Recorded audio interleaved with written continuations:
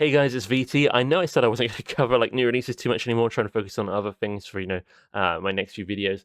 Uh, but Silk and Black Panther Shuri have been really interesting. So I thought I'd just share my experiences. As I've had them, a little bit longer than a few people being in the UK, getting to avoid most of the delays. Silk is really interesting. She's got the Silk sensibility that after you defeat a minion or side scheme or resolve a treachery card, while you're in hero form, you get to tuck that card under here, under her identity card from the encounter card discard pile. And what this means is that you defeat a minion, you basically capture it, you tuck it under your identity, and then you can spend that card, that encounter card that has a minion on it, in the future on potentially some of her events and things. Or, they can kind of power up her upgrades, that kind of thing. And it's really fun. I always wrote the tuck mechanic where you start to like capture these encounter cards under your identity was going to be too fiddly, was going to be a bit impractical. And I was definitely wrong to worry about that, so I'm glad that turned out differently. I've actually really enjoyed that mechanic. I think it's a 10 out of 10 mechanic. I feel like it's good enough that you could build several other heroes around the same thing. Silk's whole use of those tuck cards, primarily, I would say, is matching the right encounter set to the right encounter set. So if I wanted to power up my attack card against a minion, I would need to discard a card tucked under my identity from the same set as that minion. So if it's from some kind of modular, let's say Space Pirates, because we all like to kick those in the face, I would need a Space Pirate tucked under me, and a Space Pirate in front of me, and I can swing Silk Kick, play that attack event against the pirate in front of me, discard the one underneath me, and boom, bonus damage, overkill. Everyone has a good time, except the Space Pirates. Now, the only problem with that is I need the right card tucked under me, the right card on the board in front of me, and then the right event in my hand. My hand is, in Marvel Champions refreshed every single turn, 5 new cards generally. On the villain side, the encounter card is completely random. And I need to have the encounter cards kind of line up twice. One to be tucked under me already, and then the one that I'm actually getting in the moment. Which is to say, Silk's abilities feel a little bit inconsistent. If I'm against something like Mutagen Formula, Green Goblin, or Magneto, it lines up pretty easily. They have minions, side schemes, treacheries, plenty of them, all from their main sort of villain set, encounter set. And they have things like minions that come in from boost effects or extra encounter cards when, the villain is revealed on a certain stage. Magneto has these magnetic counters, which get you extra kind of fuel for Silk to, tuck under her and then spend those tucked cards. So those scenarios suit her quite well. But then you go to something like Dark Beast, and it's a bit of a different story where everything is very fragmented. There are no minions in those villain cards, and there's a couple of attachments, which doesn't really gel with attachments or obligations. So depending on what villain you're fighting, you get a very different experience. I'm not the biggest fan of her signature cards, to be honest with you. I think her identity and the tuck mechanic is 10 out of 10. I would then think her, the rest of her cards are maybe more close to like a 6 out of 10 as an overall. But I do like Eidetic Memory. I really like Spider Reflexes. I think the side scheme idea is super interesting. It just feels a little bit, a lot of effort for not a lot of gain for me. So in reality, I'm not playing it a ton. The cards that are revealed later that went in the preview. Albert Moon has been a surprise here. Absolutely love him. Organic Webbing is obviously pretty good. So she has some cards which do stand out to me, but a lot of them I'm just not that excited for. And seeing as she's a web warrior with this Ultra Ego card draw mechanic, I'm spending a lot of money on like aspect cards, web warrior stuff, typically in a lot of my builds, just because it's very good. The Ultra Ego card draw she has is kind of interesting. As an action, discard a tuck card, draw 2 cards. I think what has kind of struck my notice for this, which I think is very worthwhile to take note of, is that Silk being a web warrior and getting Ultra Ego card draw, she's just extraordinarily well rewarded for bringing web warrior allies. Because if you're Ultra Ego, you can't play attack events, you can't play forwarding events, but you can play allies, and that's a way for you, after you go to Ultra Ego, you can make use of that card draw in a way that will impact the board state, which I think is very valuable. The problem is, Silk's sensibility says after you defeat a minion or side scheme or resolve a treachery. Notably, after you, in this case, it means your identity. So it's events, it's upgrades, it's your stats here, like 2 attack, 1 fort, so on and so forth. It doesn't include allies or supports. So if your ally defeats a minion, you do not get to tuck it under you. So starting to build into allies with her can somewhat hinder you tucking cards a little bit, but it is just so good for her because web warriors are insanely good, and her Ultra Ego ability, I think, kind of rewards it, especially when you start with 1 fort. She can boost it up, but it is nice to have a couple of allies with a little bit of forwarding. For example, we have Madam Web, new web warrior ally with her, extremely good for her because you start to manipulate the encounter deck, and you want to line things up with the encounter deck. But also just 2 forwarding, pretty useful here. So for me, a lot of the deck building dilemma is events versus things that I can play Ultra Ego. I think the Ultra Ego is so good, I am usually leaning toward using it because you can definitely lean into not using it and using more of her other stuff for the tucked cards. But the problem I have there is All the other stuff is unreliable, whereas discarding a card to draw 2 cards doesn't require it to be from a certain modular set to match a modular set with the right event. And so it's just so consistent that I just, as someone who quite values consistency, I find myself leaning into that a lot. I think the two main paths to play her are just discard tuck cards for benefits as much as you can. Then she's got these 3 upgrades, including Outwit, which benefit you for keeping the right cards under you from the right type. For me personally, though, I think you just want to spend the tuck cards you have under you kind of as fast as possible for immediate benefits, because she's a pretty slow-paced character in some way. She's got a player side scheme, a support, another Ultra Ego support, that's Albert Moon we just looked at. She's got 3 stat-based upgrades, she's got Eidetic Memory. It's something like 7 or 8 cards that I would call like slow or low impact, which, if you have a problem in front of you, you play these cards, it's not generally going to help you solve it immediately. So she really values like immediate solutions, so having to put a lot of upgrades and things out there and then build up the right kind of encounter cards under you just doesn't feel as good to me as the kind of, tuck and chuck strategy where you just discard cards under you for benefits as quickly and furiously as possible. Shoutouts to VJax in my Discord who named that that strategy. So overall, I really just love Silk's tuck card mechanics. It's really satisfying to capture those cards and spend them, use them. I do think for the rest of our kit, some things are a bit slow, and there's just a lot of, I would say, unreliability. If it's too reliable and still good, it's going to be too powerful. So I'm not saying, I want everything to be easy and like handed to me, but I feel like that you could just turn it down a little bit from where it is, and I think it would be in a really, really good spot. I actually think this tuck mechanic is so good that you could use it again and should use it again. Silk is trying to match up in counter sets. You could have somebody that just wants, oh, if there's a side scheme tucked under you, discard it to remove threat. If there's a minion, discard it to, deal damage. More about the type of card under you rather than the counter set where it's from. You can also do boost icons, things like that give different effects. A little bit like Scarlet Witch, but you're tucking the cards and storing them for use. I think that would be really fun.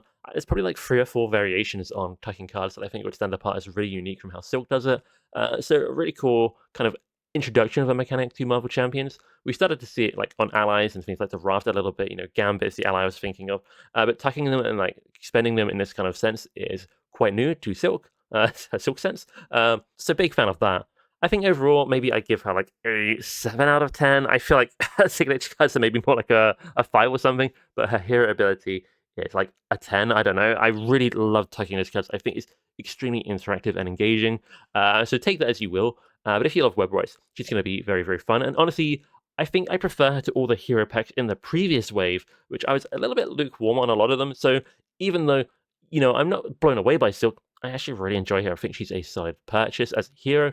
In terms of the rest of the stuff that comes in the box, I think the aspect cards are really good. Energy Shield has surpassed my expectations. Ready for a Fight has been as fun as I thought it would be on specific heroes. Madam Web, just a stupid and good new web warrior. Let's look at the deck, move things around. A little bit like Global Logistics, a little bit like Blindfold, all in one, and Web Warrior. Web Warrior stuff is already good. It just goes really, really well. The Modster Atlas is terrifying but really fun. He's probably my favorite Thunderbolt I have now. At the back of the pack, we got Spider-Man 2099, Spider-Woman. Love both of those allies. Spider-Man 2099 is a little bit silly. He can actually bounce himself back to his hand. He can bounce Madam Web back every turn and start to just control the counter deck for like the entire game.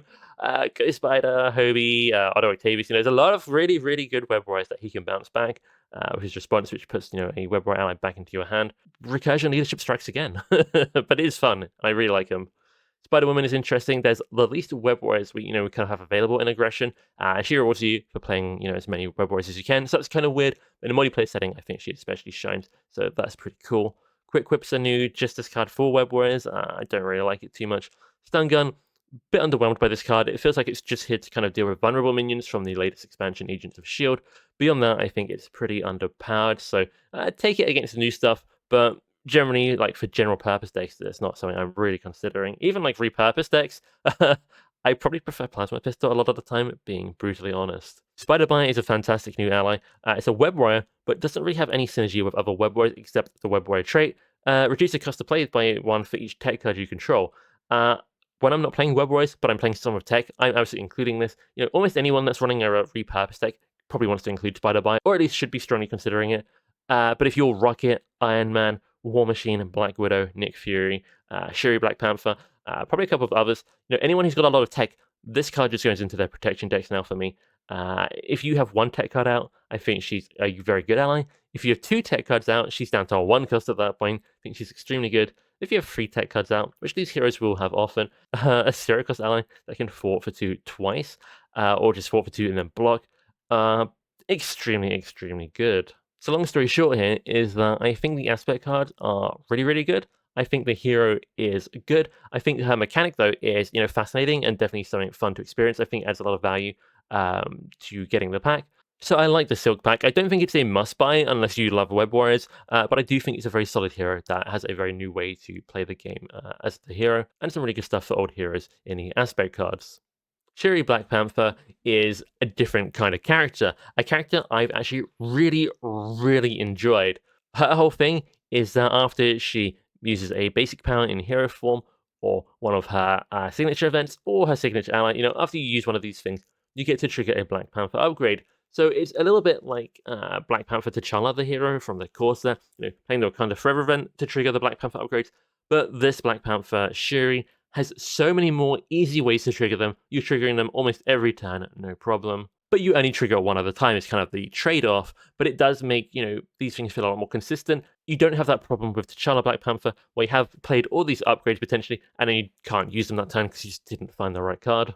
Now, because her basic powers trigger those upgrades, readying is really good for her, but you can do ally stuff with T'Challa, and some of her upgrades are weapons, so the stuff in aggression. There's a lot of interesting ways to play Black Panther Shuri, and I don't think I found a single one I dislike yet. It's just fun. So in Alter Ego, you can exhaust to find a Black Panther or tech upgrade and play it, reducing its cost. And for me, don't look at these cards.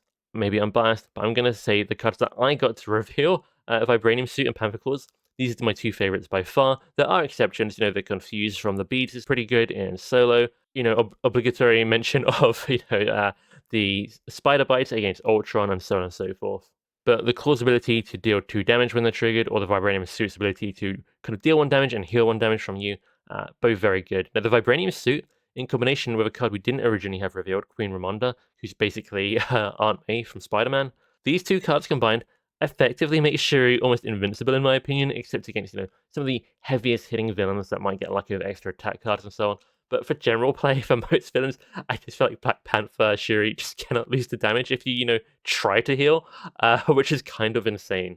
So if you saw my review for Shuri before she's released, and I was like, oh, she seems to get pretty well balanced a little bit, less than we've seen on written characters.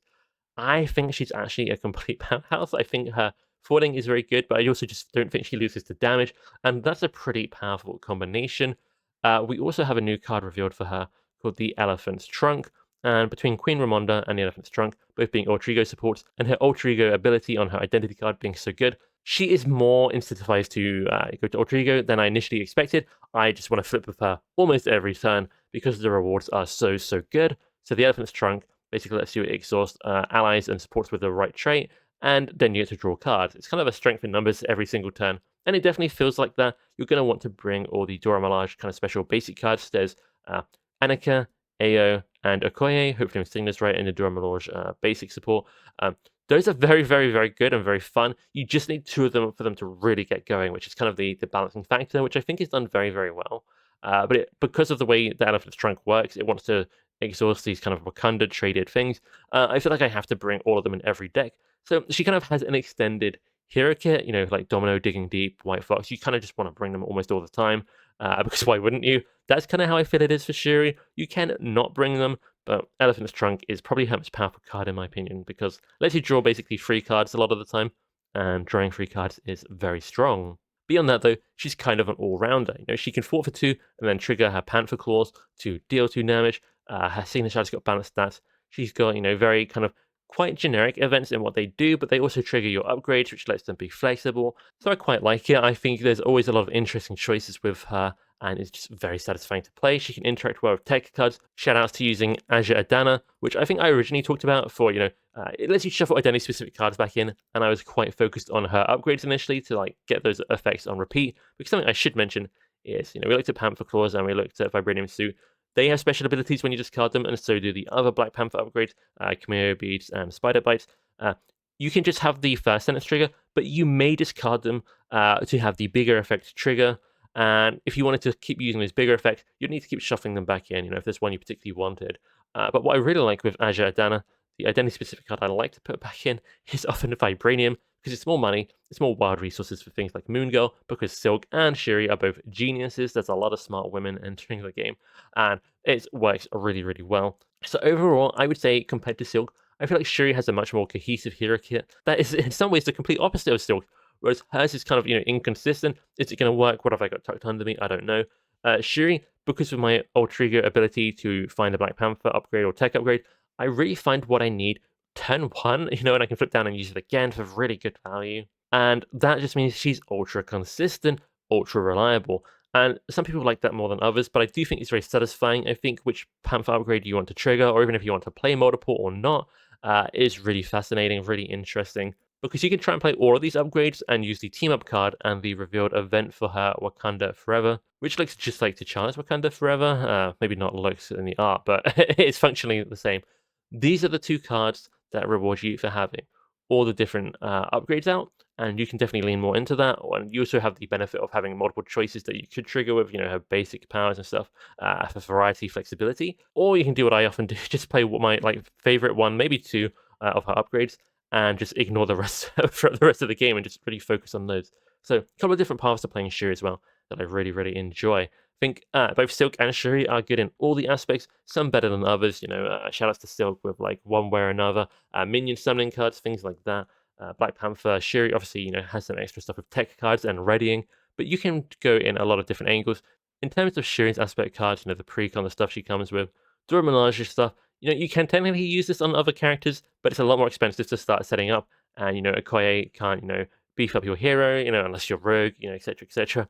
So outside of Black Panther T'Challa and Black Panther Shuri, I don't think these cards are adding a ton of value to your collection, but they are pretty fun. I do like the team up card for them as well. Notably, it works no matter what form the other player is in. If you're in 2 or 3 or 4 player, so if one Black Panther is Ultra and the other isn't, the one who's in hero form can still play the team up card, which feels like it should be the standard for all characters. In terms of the aspect cards, it's quite a mixed bag for me.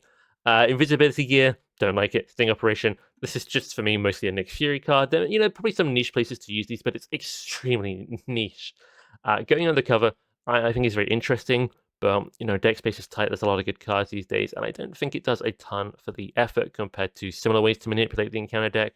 But then you've got the Raft, which is a 10 out of 10, super fun, super interesting card. You've got Manifold, which is like a 10 out of 10 powerful, consistent card. And also another Avenger ally in Justice, which I think is valuable if you have, Earth Spider's Heroes, Avengers Tower, all that good stuff from the old Avenger packs. And I absolutely love those cards. In the back of the pack, we've got, it's actually an ally which isn't up on Horde of Heroes yet, White Wolf, who's quite interesting in leadership. Target Spotter is a little bit niche here, but Infiltration is one of my favorite Justice events in quite a long time. It's kind of a gamble whether you get caught infiltrating. It's one cost event that can remove up to 5 threat, but for every threat it removes, you have an extra chance of getting a minion come in, if you discard from the encounter deck. Just really cool design. Potentially very strong, but if you get that bad minion, you're going to regret it. You're going to be caught sneaking in and pay the price.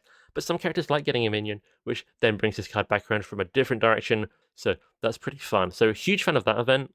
The modular set here I like less than Atlas, but it is very fun. In some ways it feels quite forgiving, because you get to draw cards if you take the additional boost thing. So as long as you chump block or have toughs or something, or have particularly solid defense maybe, getting the card draw feels quite generous. Or just giving her a tough when she's got 1 in each stat just kind of makes her feel like an easier Moonstone, who's one of the existing Thunderbolt minion mod sets we have. Something I forgot to mention for both of them are their obligations and nemesis sets, and I'm not sure if their obligations are actually on here. But Shuri's is really, really interesting. It's called T'Challa's Shadow, and it has a bunch of doubt counters on them that make the things you do more expensive, but by attacking and forwarding a few times, you can get rid of it. I think it's really, really fun design. I actually think it's pretty easy to deal with a lot of the time. I will say, because it rolls attacking, it definitely kind of just pushes me even more toward having Panther Claws or Vibranium Suit as one of my starting Panther upgrades, just because it then means I'm much more easily able to get rid of my obligation if it comes up. So it's not a bad obligation, but I think it's a very fun obligation, and the Claw Nemesis set here is really fun. Oh, we got a reprint of Build Support, huge value, and we got what is probably my favorite player side scheme in the game. We got Show of Empathy. Okay, this picture is extremely blurry. I mean, this is a screenshot of a live stream where they revealed it.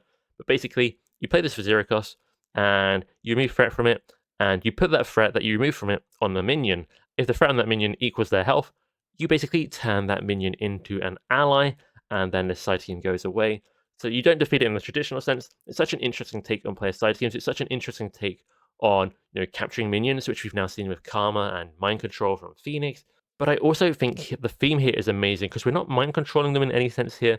We are actually, redeeming them back to the good side. It's kind of funny on some enemies to how you redeem them. I mean, you probably shouldn't do this, but you can totally redeem an Ultron drone, to my understanding. Now one of your own face down cards, which has like 1 hit point, 1 attack, is now redeemed. I don't know exactly how that works. It's very strange, but just the whole redemption, show of empathy side scheme, yeah, is absolutely fantastic. So that is a 10 out of 10 card. So is the Raft.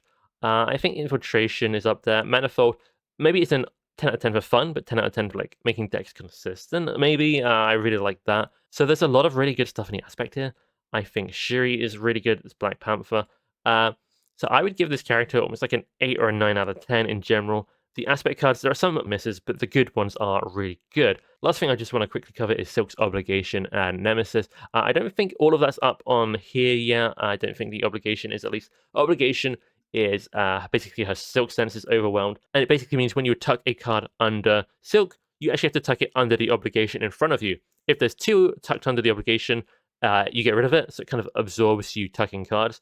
But if you choose to keep it there and tuck a third card there, you don't just discard it, but you get to remove it from the game. So you get to choose, do I want to get rid of it as quickly as possible, or do I want to spend longer getting rid of it, lose out on an extra tucked card I could have had, but then it's gone for the rest of the game. I think having a choice like that in an Obligation is fascinating design, is extremely good design. I really like that. And Nemesis is quite interesting. It largely revolves around this Hunting the Spider Bride treachery. I believe there's 3 of these. And basically how this works is you have to tuck it under you, and should you end up discarding it, you end up taking damage, and that ties into Morlun, the Nemesis himself. When he's defeated, you have to discard those Hunting the Spider Bride treachery cards specifically, and that can potentially hurt if you've got any. But if you don't, he's just a 5 health guy, and you generally just defeat him pretty quick. So, very interesting ideas. It doesn't always turn out to be interesting, but I do like it. Overall, you guys have probably gathered by now that I prefer Shuri to Silk by quite a margin, but Silk is still a good character I do like and recommend.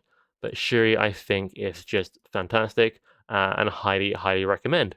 So yeah, I think that just about concludes this video. Thanks for watching. Thanks for listening. This was meant to be about 10 minutes, but I think it's going to be more like 25, 30. But thank you so much, and I'll see you guys in the next video where I finish looking at Agents of S.H.I.E.L.D. with Andy.